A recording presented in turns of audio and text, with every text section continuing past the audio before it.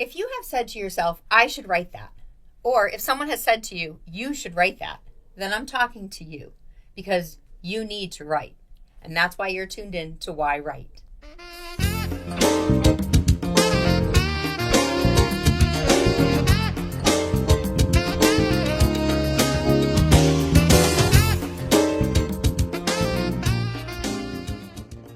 Hi, welcome back to yWrite. I'm your host, Angela Grout. Thanks for tuning in to another episode where we find out why writers are writing, what they're writing, and how you can start writing your story too. Today, I have a extremely talented writer coming on the show. He has not only written a play, but he also performs his play. And I'm going to tell you about this actor, writer, and creator of a national touring show that he stars in because I am just so impressed with it. He has a solo play called Unreconciled, and it has been seen in theaters across the United States from Los Angeles to West Springfield, Massachusetts.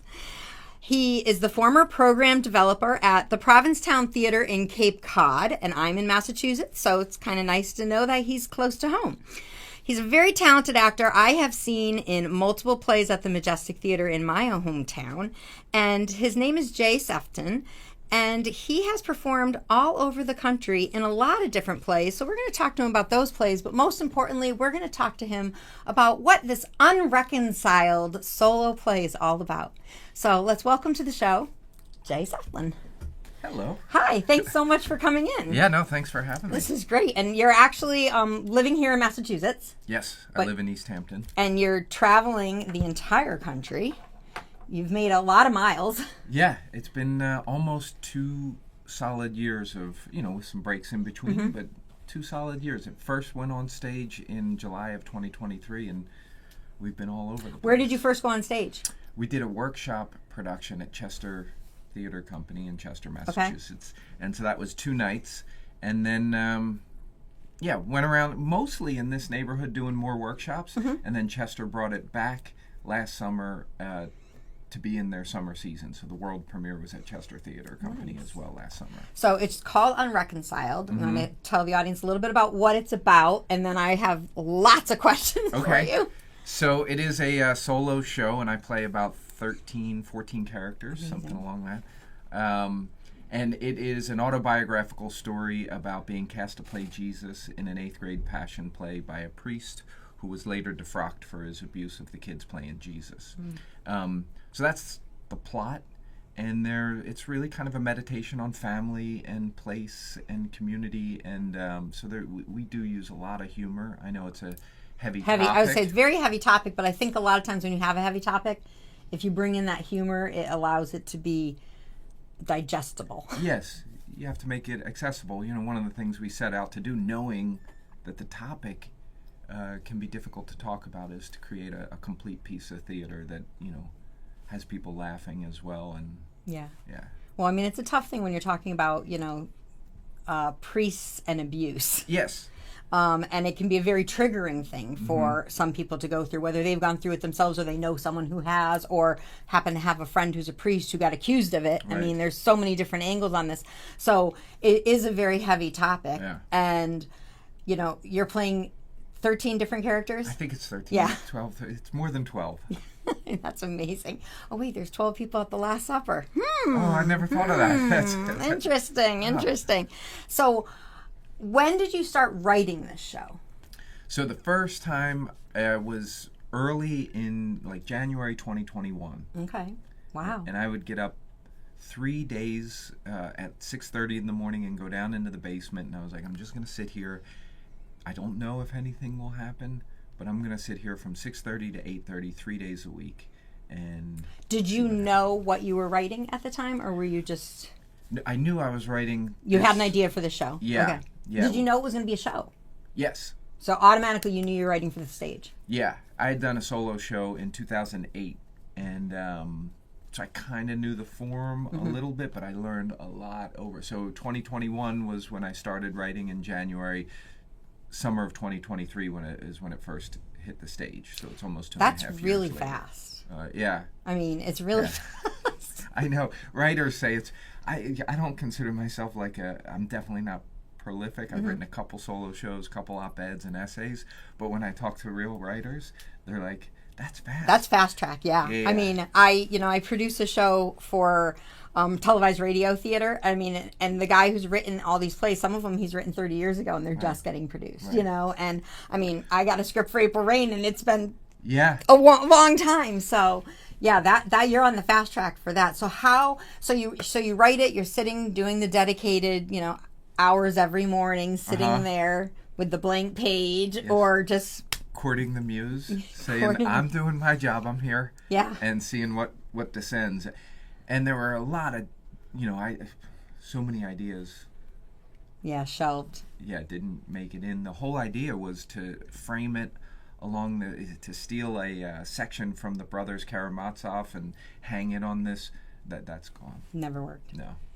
And it's hard when you're pulling stuff out, but because I'm sure when you're writing it, you're like, oh my God, this is so great today. Yeah. You're like, oh my God, this is so great. And then you go back like a couple days later and you're like, that doesn't go here. Yeah. I was so excited. But it got your pen moving and it got it Yes. going. So you write it and then, you have to workshop it. Uh-huh. What's the anxiety like putting it to share with other people? Well, I do want to say that about 6 months into the writing process, I did bring in a collaborator. I love collaborating. So it's co-written with Mark Basquill. Okay. And then we worked for however long. How much did you have written already? I had a lot of those ideas, but, I'd written a couple screenplays with people, and I love, having that thing of where you don't know whose idea was what after a while, that it starts to grow. And so him and I would work. So I had a bunch of writing, and I gave it all to him, and we would start working over Zoom every week, and we'd go away with things to work on. Yeah, I love collaboration, and I've done some where I've even worked with a comedian to said, I need humor put in here. Yeah. Like, find a place to put humor in here, because like you're saying, when you have that tough subject, you got to lighten the mood somewhere. You know? And the other thing that bringing Mark in was great for is Mark's a clinical psychologist, and early in his career he worked with male offenders. So he wrote. I don't want to give too much of it away. But he could write from that perspective. He wrote from And so I play Father Smith. I play the priest, and Mark wrote these monologues, which I don't think I could have written in quite the same way. So I love it. Mark wrote the monologues. The whole play is a monologue, even though you have 13 characters with 13 probably different monologues. I mean, and there is scenes between them going back and forth. Yeah. And you're just putting on a show at the Majestic Theater in West Springfield, and then where are you headed after that? After that, we go to Harrisburg, Pennsylvania, which is I grew up in Philadelphia, and a lot of this is centered in Pennsylvania. And that is for the National Conference of SNAP, which is the Survivors Network of Those Abused by Priests. Wow. So I've been asked to perform at their national conference. That's awesome. And there's that. Then we'll be 3 weeks at a theater in Catuit, Massachusetts, a weekend on Long Island, and then we've got an Ireland tour at the end of fall. We're going to hit 3 international. cities. That's awesome. Yeah. So you're a trained actor. You did act. Were you acting before you started writing? Yes. Okay. Yeah. So you know how to write for an actor since you are an actor. Yes. So that's very helpful. Yeah. So I have a list of questions, but I have so many questions in my head that I want to know. Like, so when you finish writing the script, and you want it developed for the stage, how did you get that moving? Where did you go? So you can't just call your local theater and say, "Hey, I got the script, and let's put it on." Yeah. It is, yes, it's this weird process of things popping in. So like the first time I read the thing out loud, it was just for Mark, and it was 2 hours and 45 minutes long, and we were like, I think we need to cut some stuff. And, it goes through this process of, I read it for my wife, I would read sections. We had some friends over in the living room I would read it for, engage some reactions. And when we thought we had a solid first draft, we've got a couple friends that are in the area, Len Berkman and Joyce Berkman. Len sounds familiar. Len is a playwriting professor at Smith College and has been there since 1969, and he's an amazing person, as is his wife Joyce. And they said, why don't you come over and read it in our living room after brunch? And they invited James Barry, who had just taken over as artistic director at Chester. So we got done the reading, and he was like, will you do the mid-season workshop event? And so that was kind of how that thing got started, and that was in December of 2022, so we had about 6 months to really get it ready. To start. Well, that for you to memorizing it, yes. For you to memorize it, because I mean, your show's 80 minutes. Yes. And you're on stage. Do you have an intermission? No. So that's the thing. Is I produce a show also that's a solo show with Ken Harris, and I said to him, I go, we need a water break. Yes. You need to write that in the script or something, right? Because definitely. I mean, you're just that the whole time, and I mean, you have to kind of wet your whistle and take that moment of, okay, let's keep going. Yes. But without losing your train of conversation. Right. Or script. Yeah. And have it be where it kind of makes sense and make it seem like it's not written in. Right. You know? Right. Yeah, that it's part of it. Yeah. Besides doing this and touring, you still perform in other shows. I perform in other shows, and I'm also a mental health counselor, so that's my day job. So your mental health counseling helps to keep you sane in all this writing? Yeah, they're nice. They're good balances. That's a good balance, because as a writer, I feel like we all need a mental health counselor to make sure that this is normal, because we're talking to, 13, 15 different muses in our head. Right. And it's like, and then you're acting them out, so now you have this form of schizophrenia going on. When I'm doing the memorizing or brushing up, I'll walk around East Hampton and just run the lines, which always looks in a your little head. weird. Yeah, when I do them out loud. It always looks a little weird. Have you ever considered casting it with 13 actors? It has been an idea that's been brought up recently. Okay. And so it's something that I'm interested in giving a shot, But you have to let go of it too. Yeah, it'll be kind of a different project, I would imagine. Some scenes will probably stretch, and so I don't know what that even looks like, but I like the challenge of it, and I'm not particularly precious about, no, it has to be in this form. That's really a good thing for a writer to have that openness. Yeah. Because I know some people are like, no, you can't change anything. Right, and, right. We write from what we know, so I don't want to be asking you if you were abused from a clergyman, but, what gave you this idea? What prompted you to come up with this idea? It is autobiographical. Okay. So I play myself, and actually, part of the thing that made me want to write it, but one of the things that I was like, I still have a VHS copy of the Passion play from 1985 that I played Jesus in. Oh. So we've incorporated that into the play, and so it is my story, and what prompted me to write it was some political things that happened in Pennsylvania around the Catholic Church, and politicians in Pennsylvania that have spent 2 decades blocking justice in the courts for victims. It's such a, I want to say, a beautiful way of writing a memoir. Because we all, not we all, but a lot of people want to share their memoir, but when it's a memoir that has pain in it, it's hard to share. And kudos to you for doing that. But then you're acting it out. How is it like to relive those moments? It is an act of joy now. I love the theater. I love acting, and so there's something that happens. There's alchemy that happens. When you know this when you write. You take something and you run it through that process, and it comes out different. There's something therapeutic about putting pen to paper, and then I think it even goes another step when you take that and bring it to the stage and perform it in front of people under lights. Yeah. And if you're doing it, whether you're doing an autobiographical, show, or you're doing a show with an important topic, you get audiences to not only resonate with your story, but it helps them to resonate even with their own lives. Yeah. And whether it's happened to them or in their community, and it's a really great way to bring education. And open. I mean, did you think I'm doing this for that reason? No. Were you doing it to heal yourself? No, I was actually doing it more, I guess, for a political reason. Like I was full of rage at what was going on. It's a deeper topic to get into about how the Catholic Church lobbied politicians in Pennsylvania to block this legislation, and I had written a couple op-eds about it, and in 2021 it looked like the legislation was going to pass. Now it's passed in a bunch of different states, and based on what happened in Pennsylvania, and then it didn't, over some ridiculous sort of political theater, and I was like, I don't know what else to do. These op-eds are great, but they don't feel like it's enough. Let me see if I can create Well, and your voice is being heard. Yes, it doesn't.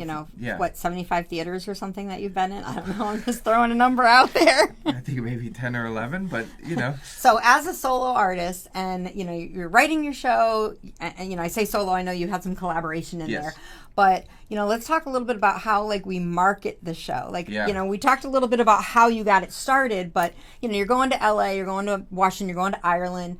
Do you have a PR company? Do you make the phone calls to book? Do they reach out to you? It's a great question. It's anything and everything. So I'll get some emails where people are like, can you bring the show to Chicago? Or a friend on Facebook will see it and be like, hey, this looks great. Can you bring it here? And I'll end up saying, who do you know at theaters? Right. And so my wife Melanie and I, who's a wonderful writer.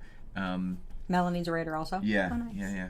And what does she write? She writes memoir. Books? Fiction. Wait, I want to have her on the show. Yeah. She would love to come on. All right, sure. Melanie, you're invited. She's a teacher at Pioneer Valley Writers Workshop and a member of Straw Dog Writers Guild, who was pivotal in this show. I've had a few of the Straw Dog writers on here, and some of them have taught at my writers conference I have in November. Yeah. So we have created a nonprofit called Unreconciled Project, which is partly to produce the show, to fundraise, to bring it to these places. So it's a lot, particularly a show about clergy, a solo show about clergy abuse is not an easy topic to sell everywhere. Yeah, a lot of, if you don't have an in at the theater, you're usually going to get, oh, good luck with that. Yeah. So we're trying to find different ways, because part of what has happened organically over these 2 years is in the talkbacks after the shows, people want to talk. Yeah. They tend to stay, and they've got stories that they want to tell, and so we're committed to providing that forum. I love that. Where we go, and so it's been a whole mix of things. Some theaters have known me, and they're like, come do it. Yeah. And we do a 50-50 split where we bring the show, they bring the infrastructure of the space. A theater in Pittsburgh saw the video and was like, come be in our season. So that's a little bit of a different thing. They pay me as an actor, and we get royalties as a playwright, and that's they produce awesome. the whole thing. Wow. So it's a mixed bag of how it gets done. But we just recently, Unreconciled Project, just recently had our first hire. A part-time associate producer who was the stage manager in Pittsburgh, Claire Durr, and she is wonderful. So she's going to help me do some of these phone calls and reaching out to the theaters and seeing if we can get booked. As a writer, we write, but then we forget that we have to market. You have to be able to do it all. Yeah. I mean, because you're really, you can, and word of mouth is huge. I mean, especially when you're doing any kind of show, or even when you're trying to do a book, it's a matter of reaching out to someone and not just saying, oh, come see my show, let me hang this poster up in every library and every coffee shop. People can see them, but they need to know the why you want them to come see it, and that's the personal connection of all the marketing that you have to do outside of all the time that you're memorizing your script and writing. Do you still rewrite anything, or is your script done and final now? I don't think it's ever, now it's tweaks. Okay. But do you tweak it for certain audiences or certain town? Yeah. I like when writers and actors can do that. Say you're in New York and you use New York instead of talking about Philadelphia, or something like that. Yeah, it'll always stay in Philadelphia, but we did it. I did it for 50 kids that I went to. They're not kids anymore. Went to grade school with, and there's a part where I'm like, you guys know where Havertown, Pennsylvania is? Well, they all know where Havertown, Pennsylvania is. So, you start messing with the audience. What's it like to do it in front of your peers? That was a wild and wonderful experience. I'm sure it was very welcoming, but it's got to be Yeah. a little like, these guys know some of my story already. Yeah, they know the people in the video. They know everybody that I'm talking about and all the references. So you do a lot of Facebook posting with it, Uh-huh. a lot of social media posting, because obviously we have to market that way. You do like little trailers. Yes, and try to. Just trying to get out there. When you send it to theaters, do you send them the whole script, like the whole video, or the whole script? If you're sort of depends what they ask for. Mm-hmm. Usually, there's an initial contact with somebody trying to introduce the show, what we've done, where we've been. get them to come see you somewhere. That would be that's ideal. Yeah, I'm always like, come see it here, and then let's bring it there. Right. Yeah. Yeah, because it's hard to get a film quality of theater 100%. Yeah, I know. With an audience and all that, it's hard. How about, I want to talk about so when you're going from place to place, what's your set like? Let's talk about the set of a solo artist. Yeah, this will be a short conversation. Yeah. I showed up at the Majestic on Monday with a side table and a chair, and it was loaded. So I have a table, a chair, a bottle of water, and an envelope, and that's the whole set. That's the whole set. Yeah. That's it. And you're just on the stage for the 80 minutes. Yeah. I mean, I think that's like such a brilliant part of the solo show, because, you see this stage, and a lot of times when you go to a show, the setting gets you in the mood for what you're doing. And you are taking people on this trip through the verbal storytelling of setting the scene and setting the character, and allowing people to see you dressed as a priest when you're not dressed as a priest. Yeah, hopefully. Because you're not changing the costumes. Right, no. I mean, I have seen some solo shows where, they're actually putting the costumes on and things, but you're not doing that. Mm-hmm. So, I mean, that's a gift in itself, to be able to get your audience to use their imagination. Yeah, I mean, in your show. I hope that's what's happening. 100% it's happening. 100%. And changing the hats that you wear in a show, like every time I've seen a solo show and like your show, just watching the facial features change, I mean, that's the gift of being an actor. But like, how did you distinguish, like, do you do blocking on stage to know, like, okay, now it's time for me to play this character and I'm going to have this look, or, have the hunchback or whatever? Yeah, those are all worked out in rehearsal, and yeah. Your director helps you with that? Mm-hmm. Yeah. So who's your director again? James Barry was the first, and now it's Geraldine Hughes. Okay. She came on last year. And we'll go in and we'll look at stuff, we'll run it, we'll try and deepen things, see where we can, I think as an actor, particularly when you're performing your own material, I was probably going very fast. And speaking fast. Changes fast, and I can see myself doing that. Yeah, because I can be a fast talker. I didn't trust it. I was like, I don't know. You asked what the first performance was like. It was like getting on a freight train, and then you're at the station. I was like, I don't know what just happened. I've heard Ken Harris has said that too. Like he will just go on stage, perform, and then he's like, I don't even remember doing what I did. Yeah, it's like you have this out of body experience and you're on autopilot. And I think this is where like a sports analogy is a good one, when they say the game slows down. Yeah. So, that first one is like a rookie being thrown into the NFL, and you're like, I don't know, but I need a director to be like, you've got us here, so you can take your time. Yeah. Don't rush this. And then I trust them, so I'll start to trust myself.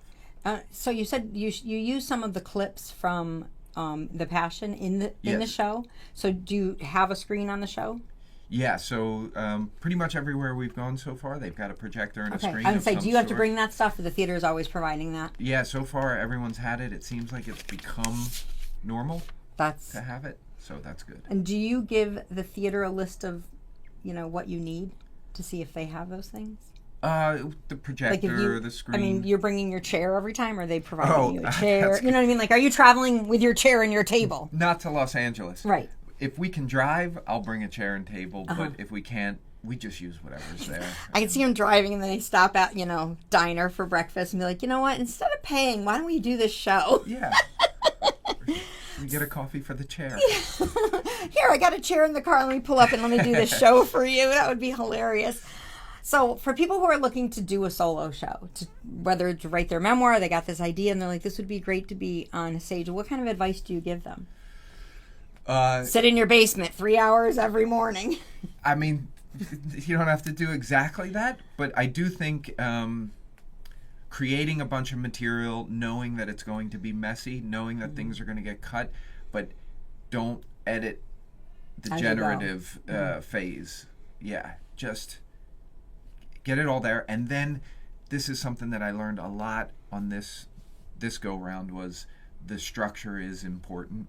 I think I used to, so the first solo show I did, I didn't really pay attention to structure, and this time it kind of got hammered into me. I took a workshop online about solo doing the arc of the show, making sure arc. You build it up. Yes, what is your climax? Is everything in service of that? So getting really clear on structure after you generate the material. Okay. And what's the hardest part about doing a solo show? I think it is for me, it's the producing part of it. Okay. Like when we click over into, okay, now it's time to go into the theater and do tech, and I start to relax a little bit. I'm oppressed by emails and phone calls and like trying to drum up the next thing. Right. The business end of it. The business end of it. It's all good. It has to be done. Mm-hmm. It is not my sweet spot. Mm-hmm. And your favorite part? Obviously, I'm going to know this now that you just said as soon as I walk into the theater. Well, I mean, there's nothing like the feeling of because really in a solo show, the other scene partner is the audience. Mm-hmm. And when you feel like you're on a loop with the audience, I mean, this is true of any show, any acting. Yeah, when you have their attention. Yeah, if you're on the loop with your scene partner or the audience, and you can just feel sort of the thickness in the air, and time does a weird bendy thing. Yeah. That when that hits, there's nothing like it. Well, this has all been really great information and great advice, and it's so exciting to see how big this show is getting.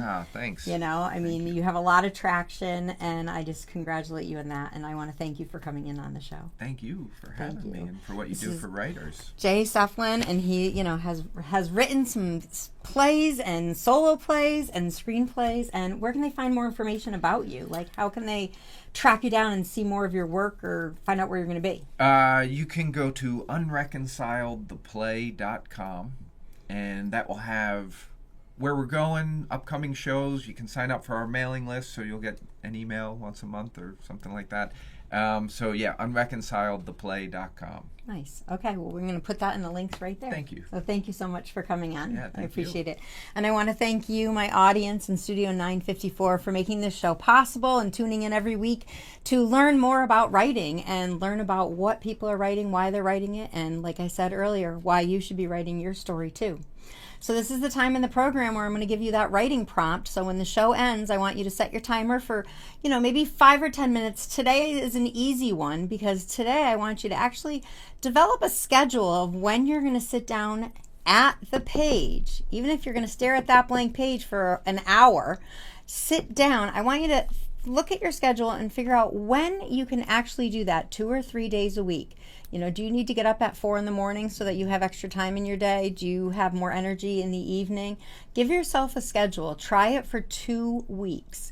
And when you're sitting at that page, even if you just want to start writing, well, I'm sitting here at this page for the first time or the second time, and this is what I'm thinking. Just start getting that pen moving.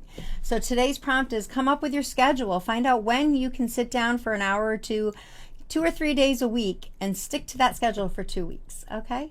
Thanks so much for tuning in to yWrite, and I will see you on the next episode. Have a great day. See you later.